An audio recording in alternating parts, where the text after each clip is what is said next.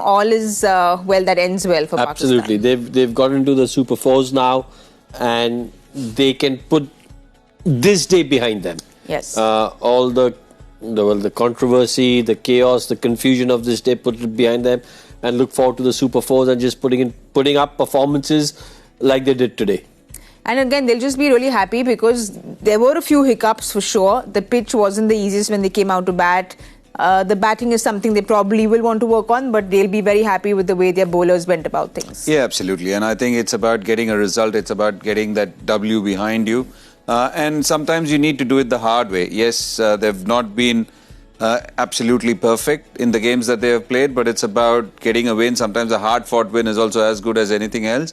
And they'll take lessons out of this. Whatever it was, as Rohan said, surrounding, coming into the day, whatever all the extraneous activities were, at the end of the day, you want to put a performance. And you also have to give credit. I'll come back to this. Sometimes we take the opposition for granted. I think the bowlers of UAE gave them a fighting chance. Just even if 18 runs hadn't gone off the last over, would they have had a chance? They're relying a lot on the openers, the UAE team.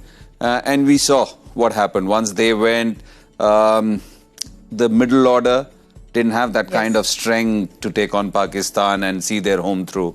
And ultimately the superior might of Pakistan team coming forth, and they coast home to a victory by 41 runs, which is a pretty big margin given such a short game or such a tight game. Yes, you spoke about how everyone contributed today, but they started off really well with Shaheen Shah Afridi. Yeah. And that's something which is a big positive for them because he got those 2 wickets. Again, 10 dot balls there, which kind of choked the batters, but just so good to see him get that ball swinging around. Yeah, absolutely. Look, if you're a Pakistan fan and a Pakistan cricket fan, what you've seen from Shaheen Shah Afridi is that over the last couple of games, he's been very handy with the bat. But what you really want him to do is bring his A-game where his bowling is concerned, because that is his primary job. And with him getting the way he got the wickets, the way he bowled today, that will give him a lot of confidence. Again, you expect Pakistan to be in the Super Fours. And once you've done that, you're now thinking, okay, listen, you know what? At this stage of the tournament, in this phase of the tournament, you want all your big guns to be firing, big guns to be confident. And Shaheen Shah Afridi, after his performance today, will be very confident. Karthik, for you, we've seen Abrar and Ayub, both of them very similar figures there, but who impressed you more today? I saw you really cheering for Syam Ayub coming, saying, why aren't you getting him on? Why aren't you getting him on? He finally came on in the 6th over, I think, and got that wicket. Look, I would go still for Syam Ayub because there is a quiet confidence about the way he goes about his bowling. And interestingly, he's possibly one of the highest wicket takers, 6 or 7 wickets in the tournament so far.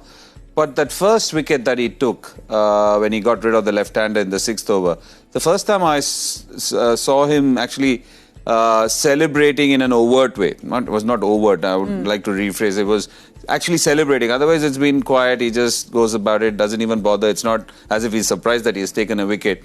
But somehow today, there was a bit of a jubilant sort of an expression from him, which actually says that maybe he also expected himself to bowl in the 2nd over. The fact that he was kept for that much longer, he had a point to prove. And also, sometimes when your batting isn't clicking, you want to contribute. You want to contribute even more. So that kind of emotion also comes out. But I've been a big fan of Syam Ayub, just the way he mixes his speeds and the kind of control he has, and also the way he disguises his bowling. I think for me, that delivery to get rid of Shubman Gill was absolutely magical, completely deceiving him in the air and off the surface. A good player, such a good player like Shubman Gill. And that's one of the reasons why maybe you saw me saying, why aren't you getting Syam Ayub? But yeah, really, I'm a big fan of Syam Ayub.